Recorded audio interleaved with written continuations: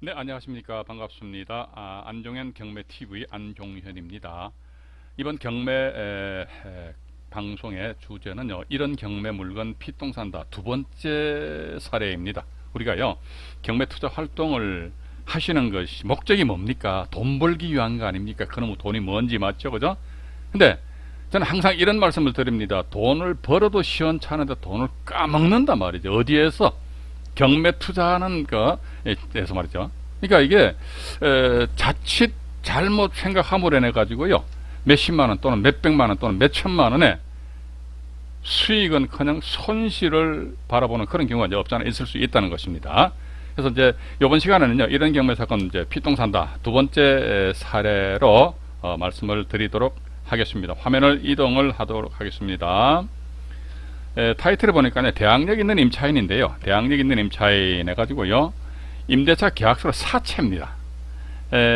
이제 요즘 같은 경우는 이제 코로나19 사태로 인해 가지고요, 일반 가구의 어떤 생활이 힘들다 보니까 내 전세 계약서를 가지고요, 뭐 땡땡 금융 저축은행이라든지 요건 같은 경우 땡땡 저축은행입니다. 저축은행에다가 임대차 계약서를 담보로 잡히고 담보 제공하고 사채를 뽑은 것 같아요. 사채를 이용하는 경우인데, 근데 그분이 대항력 있는 임차인입니다. 대항력 있는 임차인인데 이게 경매가 넘어와 버렸네. 이런 사건인데요. 이 사안에 있어 가지고 이 사건 전체 어떤 흐름을 말씀드려볼게요. 편의상 갑입니다. 갑이 전입신고하고 확정일자를 받아 놓으셨어요. 전세보증금 1억 5천만 원입니다. 그 이후에 보니까 을이라는 분이 저당권을 설정하였고, 한참 있다가 을이 담보권 실행을 해서 이제 건전항권에 의해서 임의경매 신청을 했습니다. 임의경매 신청하니까요, 현행 민사집행법에서는요, 채권자가 경매 신청하게 되면 배당요구 종기일을 지정 공고를 합니다. 요 사건에 있어서 이해관계인들은 이때까지, 즉 배당요구 종기일입니다. 이때 배당요구 종기일 요때까지 권리신고 및 배당요구 신청서를 제출하시오, 이런 식으로 해서 공지를 해요. 공지라는 이 갑이라는 임차인은요, 확정일자가 없는 계약서로 배당요구를 했대요. 이상하다. 이게 분명히 전입 및 확정일자를 받았다가 나와 있잖아요. 그 전세금 1억 5천만 원이거든. 근데 왜 확정일자가 없는 계약서로 배당요구를 하였을까? 그리고 또 경매 과정에서 보니까 땡땡 저축은행에서 대위로 갑을 대위에 대신해 가지고요, 갑을 대신해서 임차권 등기로 한 그런 사건입니다. 그런 사건에 있어서 배당요구 종기일이 지정 공고가 됐는데, 갑이 말이지 나중에 또 배당요구 신청을 했네요.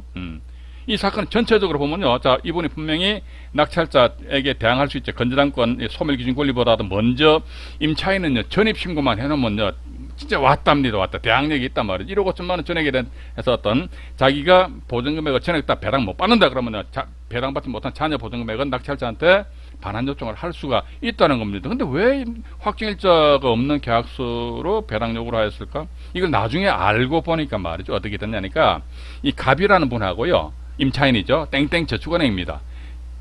간에 있어가지고 갑이 땡땡 저축은행 찾아가가지고 임대차 계약서를 제공을 하고, 원본입니다. 원본을 제공해 주는 거예요. 사본 누가 받습니까? 원본을 제공하고, 나 이걸 담보로 해가지고 돈 좀 빌려주시오. 그래서 아마 저축은행에서는 이 갑의 임대차 계약서를 담보로 잡고 다음에 돈을 빌려 주었던 모양입니다. 이러한 경우는요, 채권 양수도 계약서를 체결합니다. 채권 양수도 계약서를 체결한다는 갑은 뭐다? 계약 기간이 끝나면 집주인한테 보증금액을 반환받아야 할 그런 채권 권리를 가지고 있거든요. 그런 채권자의 지위를 땡땡 저축은행이 가져간다. 즉 채권 양수도 계약서를 체결했다는 것이지요. 이 상태에서 임차인이 갑입니다. 집주인한테 나의 보증금 반환 채권을 땡땡 저축은행에다가 양도했어요. 그러니까 임대차 계약 기간이 땡 끝나면은 나의 보증금에 나한테 주지 말고 요 땡땡 저축은행에다 주세요. 뭐 예를 들어 가지고요, 이 전세금이 1억 5천만 원인데 한 1억을 만약에 빌렸다 그러면요, 또 가본 내용 증명서에도 그렇게 표시하겠지요. 나 1억 5천만 원인데요, 땡땡 저축은행에다가 내 전세금 1억 5천만 원 중에서 1억 원에 대해서 양도를 했습니다. 따라서 1억 원은 땡땡 저축은행에 주고 나머지 5천만 원은 저한테 주세요. 그러면 임대차 계약 기간이 딱 끝나면서 임차인하고 임대인하고 또 땡땡 저축은행 3자 대면한 상태에서 정산을 하면 끝난다는 것이죠. 그죠? 간혹가다 이제 소유자들 입장에서 보면요, 임차인들이 전세 계약서를 담보로 잡히고 돈을 차용하는 그런 경우가 있습니다. 그럼 또 임차인이 집주인한테 내용 증명 띄우거든요. 채권 양수도 계약 체결했다. 그럼 임대차 계약 기간 땡 끝나지 않습니까? 끝난 상태에서 임차인이 나 저 1억 5천만 원 줘요. 그러니까 임대인이 예를 들어 이분한테 1억 5천만 원 줬습니다. 주면 큰일 납니다. 그때 뭐다 나중에 또 땡땡 저축은행에서 만약에 1억을 빌려줬잖아요. 그죠? 그럼 땡땡 저축은행에서 뭐다 또 임대인입니다. 집주인한테 나 1억 줘요. 그럼 집주인이 1억 줘야 됩니다. 왜냐면 갑하고 땡땡 저축은행 간에 전세 보증금 1억 5천만 원 중에서 1억 원은 양도를 했다. 양도를 받았다는 것이죠. 그죠? 갑은 채권 양도인이고 땡땡 저축은행은 채권 양수인이기 때문에 그러니까 이 사건이 이런 스토리로 됐다는 겁니다. 이러다 보니까 임대차 계약서 원본이 없잖아요. 원본이 없어. 여기 확정일자 있는데 원본이 없으니까 확정일자 없는 계약서 따로 새로이 작성하는 거예요. 새로이 작성해서 왜? 임차인이 법원에 공고한 배당요구 종기일입니다. 배당요구 종기일까지 권리신고 및 배당요구 신청서를 제출한다. 그러면 권리신고 및 배당요구 신청서 뒤에는 임대차 계약서 사본하고요. 임차인의 주민등록 등본을 첨부해서 법원에 제출해야 됩니다. 근데 임차인이 가지고 있는 것은 확정일자 받은 임대차 계약서 원본은 뭐다? 땡땡 저축은행에서 가지고 있기 때문에 없는 거예요. 그렇기 때문에 확정일자가 없는 계약서로서 배당 요구를 하였다. 그리고 나중에 보니까 이때는 아마 확정일자 있는 그 계약서를 가지고 또 배당 요구를 하였던 것 같습니다. 이 사건은 어쨌든 이렇게 됐고요. 자, 그럼 두 번째 사례를 또 보여드릴게요. 똑같은 사건인데요. 사건 개요해 가지고요.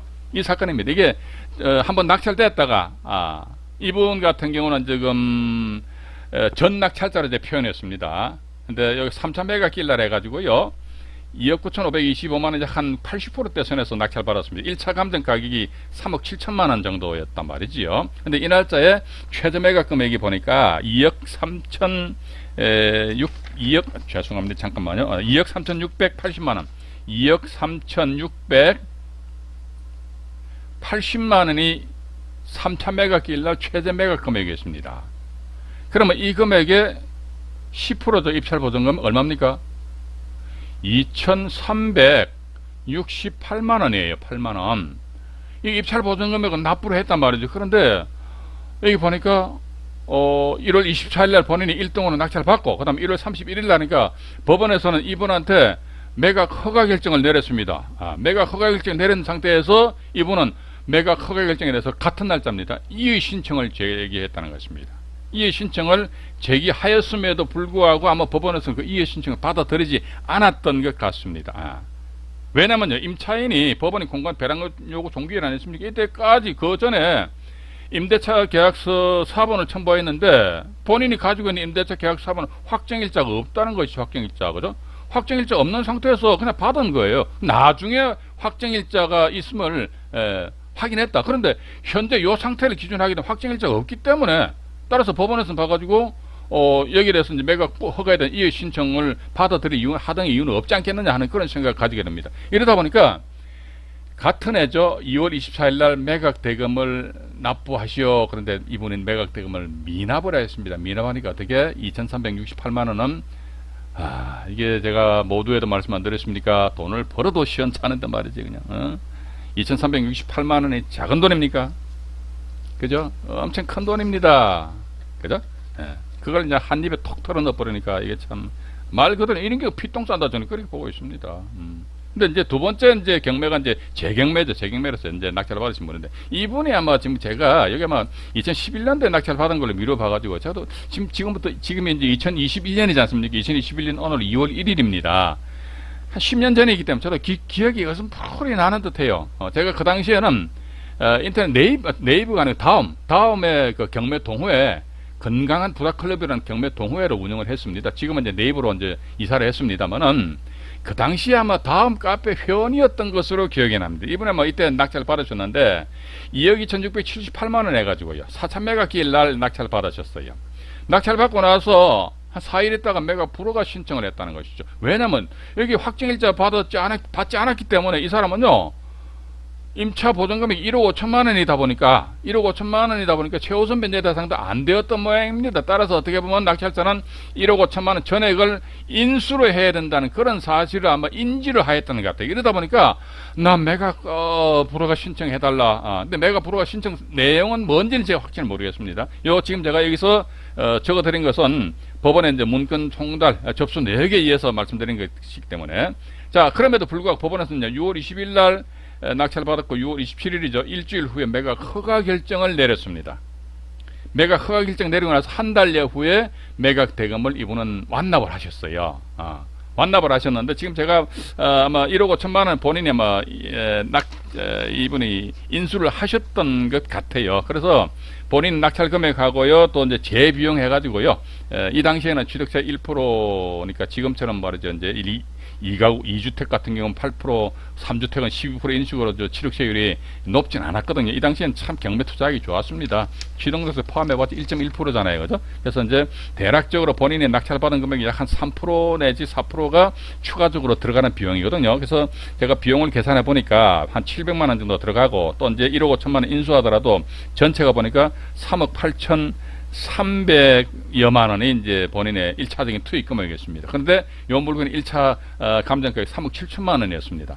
3억 7천만 원 대비해서 3억 8,300이면은 약 1,300만 원 정도 더 많이 이제 투자한 거 아닙니까? 그런데 중요한 사실은요, 이분이 매각 대금을 2011년도 7월 27일 날 납부했단 말이죠. 근데 법원에서 이 물건에 대해서 평가한 시점이 언제나 2010년 5월 달이었습니다. 즉 본인이 매각 대금 완납해가지고 완납을 해야지만 이때 이 부동산에 대한 소유권을 취득을 하거든요.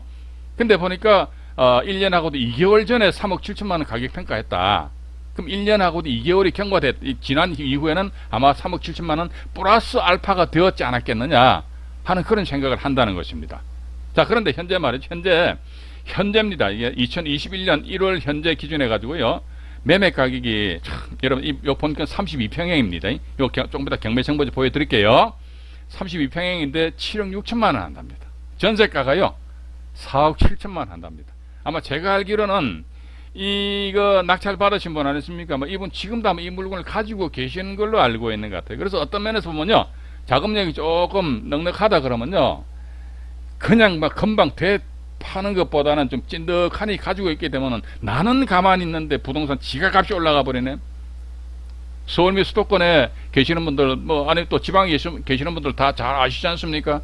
아파트 값이 말이지 천정부지 하늘 높은 줄 모르고 막 치고 올라가는 거야, 그죠? 그런 상황이 되다 보니까 그러니까 당장 내가 낙찰 받을 당시에는 야 거의 시세대로 부동산 중개업소 가가지고 시세대로 부동산 주고 사는 것과 마찬가지 결과였는데 세월이 지나고 나서 그러니까 세월이 약이네. 이분 입장에선 돈 벌었어요. 근데 이분 입장에선 표현이 좀 뭐합니다만 피똥싼 그런 사례이지 않느냐 하는 그런 생각 가지면서요. 이 사건 관련된 경매 정보지를 여러분들에게 직접 보여드리겠습니다. 이 사건입니다. 이게 수원지방법원 성남지원 사건입니다. 2018경에 9,766호 사건입니다. 이게 보시니까요. 여기 보십시오. 황모 씨는 이 날짜 8명이 응찰하셨잖아요. 와, 그죠? 8명이 응찰했는데, 보니까 1동으로 2억 9,500만 원 입찰하셨잖아요. 그죠? 이게 보니까 입찰 보증금 이 당시 이 금액이 10%니까 2,368만 원이죠. 이 허가 났습니다. 허가 나니까 이분이 매각 허가 결정에 대한 이의 신청을 하였음에도 불구하고 대금 지급 기한에서 대금 납부 기한을 잡아줬는데 대금 납부 안 해버렸어요.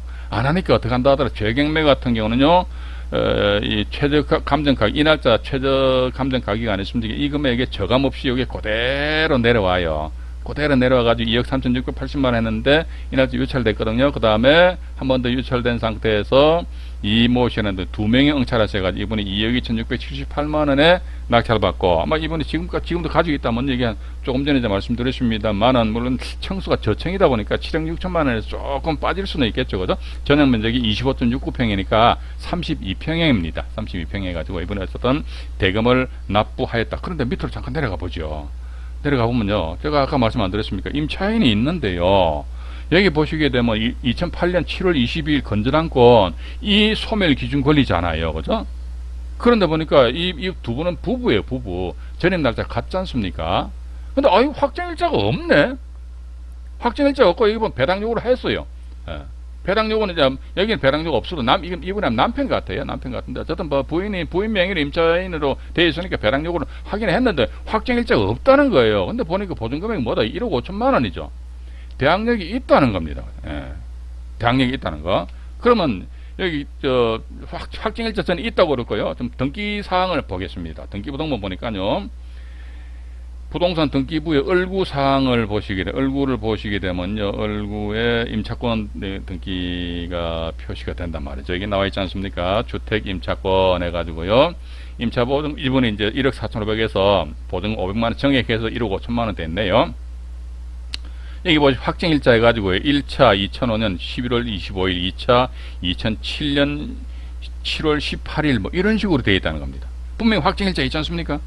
확정일자 있는데 보니까 어이구 대위자 해가지고 아까 사실 제가 땡땡 저축은행인데 주식회사 대형상호저축은행 이렇게 나와 있네요. 등기부등본상에 이분하고 여기 임차인 이분이 부인 명의로 돼 있지 않습니까? 이분 간에 있어가지고 이제 그 채권 양수도 계약서 체결하면서 전세 계약서를 담보로 잡히고 누구한테 이 사람한테 담보로 잡히고 이 사람도 채권자가 되고 이분도 채무자가 된단 말이죠. 그죠? 이 상태에서 이제 채권 양수도 계약서를 체결해서 그런 내용 자체를 집주인한테 발송을 하고 그러다 보니까 전세 계약서 원본은 누가 가지고 있다? 이 사람들이 가지고 있으니까 이분들이 법원에다가 채권 계약서 권리 신고 및 배당 요구 신청을 하는 데 있어 가지고는 전세 계약서 원본이 없잖아요.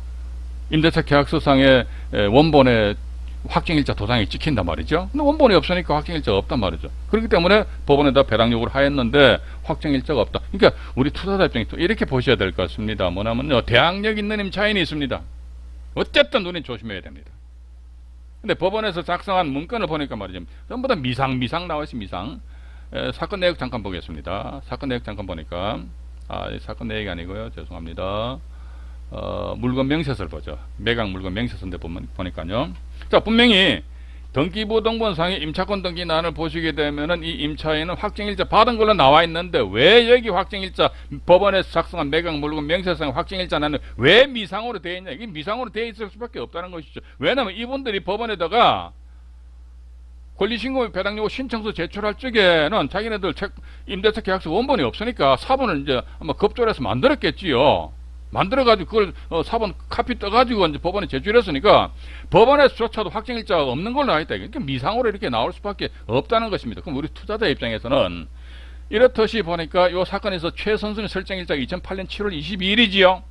근데 이분들과 전임 날짜 언제입니까? 2005년 죄송합니다. 11월 25일이 지금 대항력이 있잖아요. 빠르니까 요 최선순위 설정일자보다도 배당요구를 확인했습니다. 6월 10일인데 법원 이 공간 배당요구 종기일이 7월 16일이니까 요 배당요구 신청 효력은 있는데 뭐다 확정일자 이상증이 없기 때문에 배당일자 참여는 안 된다는 거예요. 그리고 또 나아가서 이분들이 임차권 등기를 하였는데요. 이 채권자가 경매 신청하면 경매 기입 등기가 됩니다. 임의경매 이렇게 나가고요. 근데 이분들은 임차권 등기 언제 했지? 나중에 임차권 등기를 해버렸어요. 나중에 경매 기입 등기 이전에 임차권 등기였습니다. 이게 통상 경매 기입 등기 되면 이때로부터 이게 압류 당의 경매 부동산에 있어서 압류의 효력이 발생되는 때입니다. 자, 그럼 임차권 등기는 말이죠. 압류의 효력이 발생된 그 뒤에도 임차권 등기 할 수 있습니다. 그러나 이 임차권 등기는 하면 이 사람은요 임차권 등기권자권에 의해 가지고 배당 요구를 해야 되는데 이것도 참 재밌는 사실이 요건 다시 제가 요걸 좀 보여드릴게요. 배당 요구를 하였는데 자 보십시오. 여기 보시게 되면은 어쨌든 임차권 등기 했단 말이죠. 임차권 등기는 뭐다? 경매 기입 등기일 이후에 임차권 등기 할 수도 있습니다. 근데 이 사람은요 법원의 공간 배당 요구 종기일 아니십니까? 요때까지는 반드시 배당 요구를 해야 돼요. 근데 이 배당 요구가 보니까 와 배당 요구 종기일 이후야. 참고로 요 임차인의 임차권 등기 아니십니까? 임차권 등기 관련해서 이것도 잘못하면 피똥 쌉니다. 이건 다른 파트에서 제가 따로 정리를 해서 여러분들에게 말씀드릴게요. 어쨌든 저는 이런 말씀을 드리고 싶습니다. 여러분들 경매 투자하시가 돈 벌고 싶으시죠, 그죠? 그럼 이 방송 끝까지 보셔야 됩니다. 중간중간에 대충 보시다가 그런 분들 돈 못 벌어, 돈 까먹어요. 또 이제 일반 이런 경매 동영상을 보게 되면 말이죠. 마침 이게 무슨 저도 그런 동영상을 보면 참 재밌어요. 봐가지고 돈 몇백만 원 가지고 경매 투자한단 말이지. 할 수 있죠. 근데 과연 수익률이 얼마냐? 그게 중요한 거 아닙니까? 나도 건물주가 될 수 있다 이거지. 될 수 있지요. 봐가지고 한 20, 30년 하면 되겠지요. 그죠? 그러니까 그런 메시지는 어떻게 보면 이런 그 희망을 주는 그런 메시지다. 희망은 어디까지 희망은 끝나버려야지. 그죠? 근데 나는 그런 이 방송을 듣고 나도 해야지. 근데 나중에 절망의 늪에 빠지면 여러분들 어떻게 하실랍니까? 그죠? 그런 측면에서 가지고요. 이런 그 임차권 등기도 잘못하면 피똥 쌉니다. 그래서 임차권 등기도 이게 제가 조금 전에 말씀드렸습니다만은 압류의 효력이 발생된 그 뒤에 임차권 등기 하더라도 이 사람이 임차권자로서 어떤 배당 절차에 참여하기 위해서는 법원의 공고한 배당 요구 종기일까지는 어쨌든 권리신고 및 배당 요구 신청서를 또다시 추가적으로 제출해야 된다. 이런 내용에 대해서 제가 다른 파트에서 이제 정리해서 말씀드리도록 하겠습니다. 자, 이번 시간에는요, 대항력 있는 임차인이 임대차 계약서로 사채를 이용한 경우로서 법원의 공고한 배당 요구 종기일 이전에 본인의 임대차 계약서 원본이 없기 때문에 새로운 계약서를 체결해서 법원에 제출하다 보니까 확정일자를 받았음에도 불구하고 확정일자 받은 계약서가 없잖아요. 그죠? 그러니까 확정일자가 미상으로 나온 거예요. 이 상태에서 나중에 임차권 등기를 하고 배당 요구까지 다 했는데 이 사건 같은 경우에 저는 그렇게 봅니다. 참 아쉬움 남는 것이요. 이분이 배당 요구가 요 배당 요구 종기일 이전으로 딱 앞당겨졌다면요, 이분들 같은 경우는요 최선순위로 전입 확정일자 받았기 때문에 1억 5천만 전액 다 배당 받아가는 거예요. 그럼 낙찰자는 말 그대로 1억 5천만 원 횡재하는 거예요. 내가 줄 돈 1억 5천만 원, 1억 5천만 원 크지 않습니까? 줄 돈 안 준다 이거지. 그런데 대단히 안타깝게도 이게 배당 요구 종기일 이후에 배당 요구 했다. 배당 요구 종기일 이후에 배당 신청하더라도요, 법원에서 서류는 받아줍니다. 근데 효력은 있다 없다? 효력이 없다 이렇게 나갑니다. 우리 이런 내용에 대해서 지금 제가 말씀드리는 내용에 있어가지고 이제 어느 정도 이해를 하시는 분들은 어느 정도 경제에 올라오신 분들이고, 저게 무슨 말이야? 그러신 분들 경매 투자를 통해서 돈 벌고 싶으시다 그러면 진짜입니다. 저는 안종현 경매 TV에서는요 헛된 소리 안 합니다. 뜬구름 잡는 이야기 절대로 안 합니다. 어디 가가지고 뭐 나는 경매해가지고 한 달에 말이지 얼마의 수익이 발생된, 아이고 월세 지겨워, 건물주가 될 수 있네, 이런 식의 헛된 소리는 저는 절대로 안 합니다. 왜냐면 경매 시장은요 엄청 냉정합니다. 먹느냐 먹히느냐라는 그런 관계이기 때문에 자칫 잘못하면 내가 돈 까먹는다는 거예요. 그죠? 그래서 우리 정신 똑바로 차려야 됩니다. 그래서 저는 항상 제가 네이버 카페에서 이제 라이브 방송도 진행하고 있습니다만은 항상 이런 이야기를 합니다. 뭐냐면요, 자생력입니다. 자생력을 키우라 그런 말씀드려요. 경매 투자는 뭡니까? 경매 투자뿐만 아니고 부동산 투자는 어디까지나 본인의 책임하에서 투자를 합니다. 그렇게 되면 최종적인 판단의 결정은 누가 해야 됩니까? 내가 해야 되지 않습니까? 근데 내가 해야 되는 내 머리에서 든 게 아무것도 없어 텅텅 소리가 나버려. 그래서 돈은 벌고 싶어. 근데 돈 못 벌어요. 제가 단언컨대 말씀드립니다. 제 말씀에 불만 있으신 분들은 이 영상물 안 보시면 됩니다. 간단합니다. 그죠? 불만 있으시면서까지 제 영상물 보실 필요는 없지 않습니까? 저는 이제 헛돈 소리 안 하고 있는 그대로 이야기했다. 앞으로 이제 정말 어떤 그 실사례를 가미해서 리얼한 그런 내용으로 여러분들 찾아뵙도록 하겠습니다. 네, 고맙습니다.